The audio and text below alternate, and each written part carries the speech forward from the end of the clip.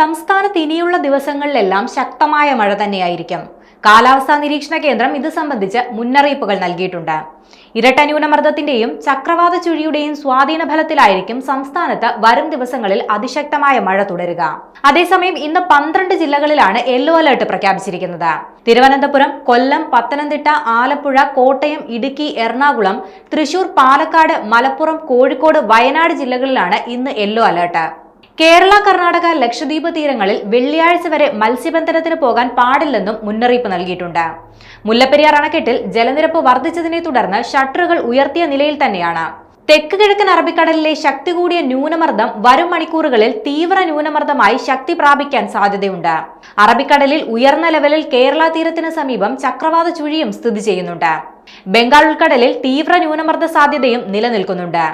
ആൻഡമാൻ കടലിനും തെക്ക് കിഴക്കൻ ബംഗാൾ ഉൾക്കടലിനും മുകളിലായി സ്ഥിതി ചെയ്യുന്ന ചക്രവാത ചുഴി വരും മണിക്കൂറുകളിൽ തെക്ക് കിഴക്കൻ ബംഗാൾ ഉൾക്കടലിൽ ന്യൂനമർദ്ദമായി ശക്തി പ്രാപിക്കും. തുടർന്നുള്ള 48 മണിക്കൂറിൽ തീവ്ര ന്യൂനമർദ്ദമായി ശക്തി പ്രാപിക്കാനും സാധ്യതയുണ്ട്. അറബിക്കടൽ ന്യൂനമർദ്ദത്തിൽ നിന്നും കേരള തീരത്തിന് സമീപം തെക്ക് കിഴക്കൻ അറബിക്കടലിന് മുകളിലൂടെ തെക്ക് കിഴക്കൻ ബംഗാൾ ഉൾക്കടൽ വരെ ന്യൂനമർദ്ദ പാത്തിയും സ്ഥിതി ചെയ്യുന്നുണ്ട്. കേരളത്തിൽ അടുത്ത 5 ദിവസം ഇടിയോട് കൂടിയ മഴയ്ക്ക് സാധ്യതയുണ്ട്. ഒക്ടോബർ 22, 23, 24 തീയതികളിൽ ഒറ്റപ്പെട്ട അതിശക്തമായ മഴയ്ക്കാണ് സാധ്യത.